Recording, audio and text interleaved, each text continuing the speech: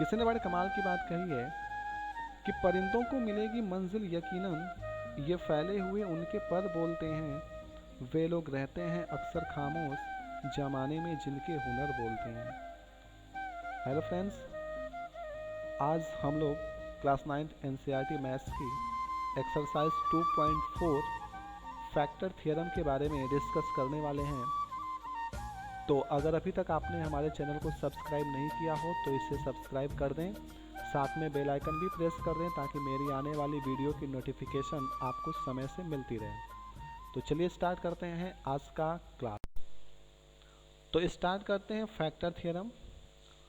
Factor theorem में actually है क्या, if p x is a polynomial and a is any real number then x minus a is a factor of p x if p a equal to zero. हमने कहा कि अगर P x कोई polynomial है और ए कोई real number है तो x माइनस ए उस पॉलिनोमियल का फैक्टर होगा। कब? जब पी ए की वैल्यू ज़ीरो होगी, यानी कि उस पॉलिनोमियल की वैल्यू ए पे हम निकालेंगे। अगर p a equal to zero है तो हम ये कह सकते हैं कि x माइनस ए उस पॉलिनोमियल का एक फैक्टर है। अगर x माइनस ए उसका एक फैक्टर है तो पी ए की वैल्यू क्लियर है कि वो ज़ीरो आएगी। ये दोनों चीज़ें आपको अच्छे से समझ में नहीं आई होंगी, तो इसके लिए मैंने एक एग्ज़ाम्पल लिया हुआ है, शायद आपको एग्ज़ाम्पल के ज़रिए बहुत ही अच्छे से ये चीज़ें समझ में आए। हमने एक एग्ज़ाम्पल लिया है x square plus 5x plus 6। अब हम इसमें x की जगह 1, -1, 2 और -1 रखते हैं। तो x की जगह 1 रखे हैं तो इसकी वैल्यू आई है 12। x की जगह -1 रखे हैं तो इसकी वैल्यू आई है 2। x की जगह 2 रखे हैं तो वैल्यू आई है 20। x की जगह पे -2 रखें तो वैल्यू आई है 0। तो अभी अभी जो हमने यहाँ पे स्टेटमेंट पढ़ा था कि अगर पी ए की वैल्यू 0 है तो x माइनस ए उसका एक फैक्टर होगा। तो यहाँ पे p माइनस 2 की वैल्यू 0 है तो इसका मतलब x प्लस 2 इस पी एक्स का एक फैक्टर होगा, राइट। अगर यहाँ पे माइनस साइन है तो यहाँ पे x प्लस 2, अगर ये प्लस साइन रहता तो यहाँ पे x माइनस 2। या दूसरे मेथड से हम ये भी कह सकते हैं if x plus 2 is a factor of p x, अगर x प्लस 2 पी एक्स का एक फैक्टर है तो p minus 2 is always zero. तो p माइनस 2 की वैल्यू हमेशा ज़ीरो होगी। एक और एग्जांपल हम देखते हैं, examine whether x plus 2 is a factor of x cube plus 3x square plus 5x plus 6। यहाँ पे हमें ये वेरीफाई कर, ये चेक करना है कि x प्लस 2 इसका एक फैक्टर है या नहीं है। तो फैक्टर चेक करने के लिए क्या, अगर ये फैक्टर होगा तो p माइनस 2 यानी कि p माइनस 2 की वैल्यू 0 होनी चाहिए। तो if x plus 2 is a factor of x cube plus 3x square plus 5x plus 6 then p minus 2 should be 0। तो हम p माइनस 2 की वैल्यू निकालेंगे। p माइनस 2 की वैल्यू हमने निकाली, इसको सॉल्व किया तो ये 0 आ गया। तो जब ये 0 आ गया तो so by factor theorem x plus 2 is a factor of x cube plus 3x square plus 5x plus 6। आइए फैक्टर थियरम से रिलेटेड एक क्वेश्चन लेते हैं। Find the value of k if x minus 1 is a factor of 4x cube plus 3x square minus 4x plus k। हमें k की value निकालनी है जब x minus 1 4x cube plus 3x square minus 4x plus k का एक factor होगा। तो बहुत ही इजी क्वेश्चन है, आपको ज़्यादा कुछ भी नहीं करना है। बाई फैक्टर थियरम हमें पता है कि अगर x माइनस ए इसका एक फैक्टर है तो p1 की वैल्यू 0 होनी चाहिए। अभी हम पढ़ते आ रहे हैं कि अगर x माइनस 1 पी एक्स का एक फैक्टर है तो p1 शुड बी 0। तो p1 की वैल्यू हम निकालेंगे, p1 की वैल्यू निकालेंगे, इसको सॉल्व करेंगे तो ये आ जाएगा 3 प्लस k।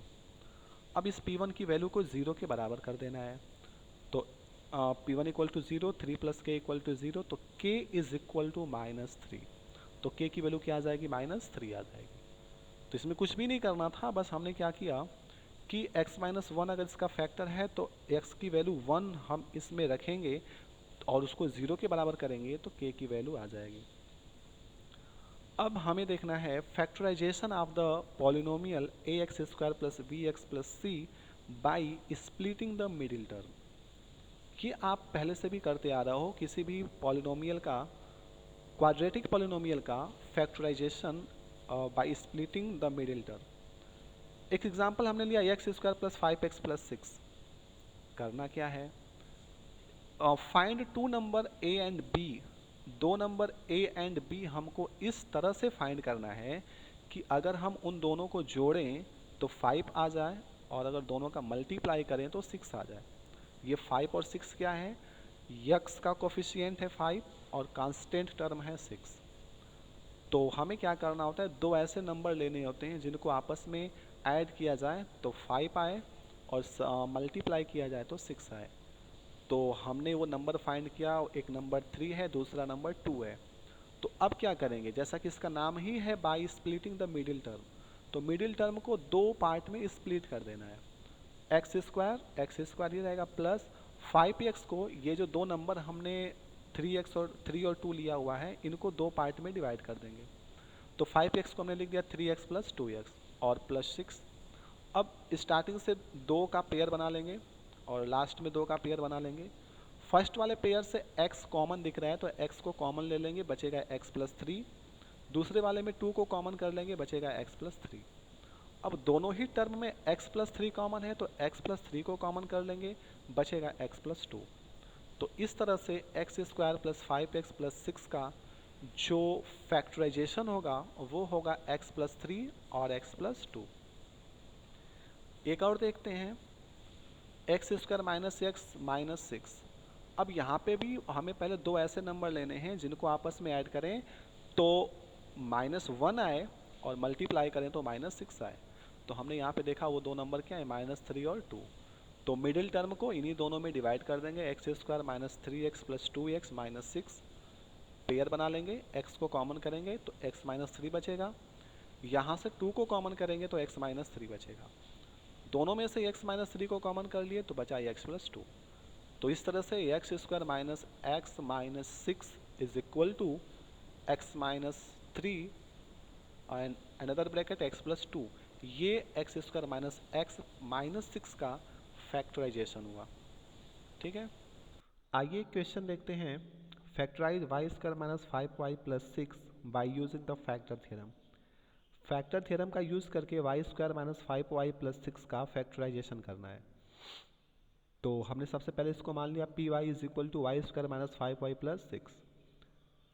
अब फैक्टर थ्योरम से इसको करने के लिए हमें क्या करना होगा, 6 का पहले फैक्टराइजेशन फैक्टर्स निकालने होंगे कि 6 के क्या क्या फैक्टर होते हैं। तो हमने 6 के फैक्टर्स निकाला, 6 के फैक्टर्स हो गए 1 2 3 6। तो ये सभी वैल्यू हम इस पॉलिनोमियल में रखेंगे और देखेंगे कहाँ पे इसकी वैल्यू 0 आ रही है। तो हमने पहले 1 रखा, 1 रखने पे इसको सॉल्व किया तो 2 आया, यानी कि 0 नहीं आया। फिर हमने इसकी वैल्यू 2 रखी, 2 रखने पे इसकी वैल्यू 0 आ गई। तो हमने फैक्टर थ्योरम में पहले यही पढ़ा था कि अगर पी ए इक्वल टू 0, जहाँ ए कोई रियल नंबर हो तो x माइनस ए उसका एक फैक्टर होता है।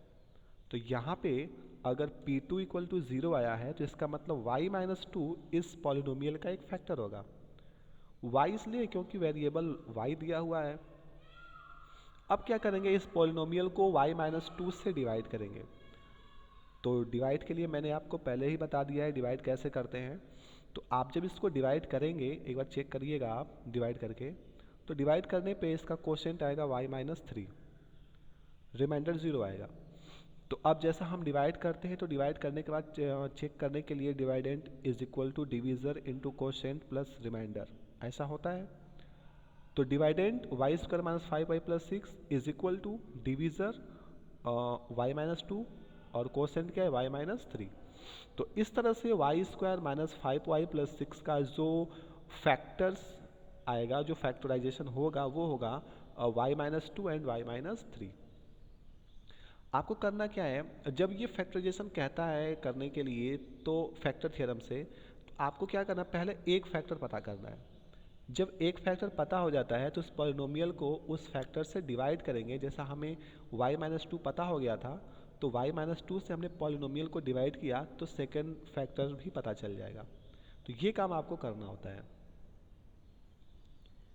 एक दूसरा क्वेश्चन देखते हैं। ये क्यूबिक पॉलिनोमियल है, x cube minus 23x square plus 142x minus 120। Same वही प्रक्रिया इसमें भी करनी है। पी एक्स इक्वल टू हमने मान लिया इस पॉलिनोमियल को x cube minus 23x² plus 142x minus 120। अब इस 120 का अगर हम फैक्टर्स फाइंड करें तो 1 2 3 4 5 6 ऐसे करते करते काफ़ी फैक्टर्स आएंगे। तो हमें इस फैक्टर्स को इस पॉलिनोमियल में रखना है और देखना है कि इसके जीरोस कहाँ पे हो रहे हैं। तो हमने पहले 1 को रखा, 1 को रखने पे हमने इसको सॉल्व किया तो ये वैल्यू 0 आ गई। तो जब ये वैल्यू 0 आ गई 1 रखने पे, तो बाय फैक्टर थियरम अगर पी ए इक्वल टू 0 तो x माइनस ए उसका एक फैक्टर होता है। तो अगर P1 इक्वल टू 0 तो x माइनस 1 इस पॉलिनोमियल का एक फैक्टर होगा। क्लियर है? अब क्या करना है, जब एक फैक्टर पता चल गया तो इस फैक्टर से अपने पॉलिनोमियल को डिवाइड करना है। तो यहाँ पे हमने x माइनस 1 से अपने पॉलिनोमियल को डिवाइड किया है। तो डिवाइड आप इसके पहले भी पढ़ चुके हैं, मैं डिवाइड को डिस्क्राइब नहीं कर रहा हूँ।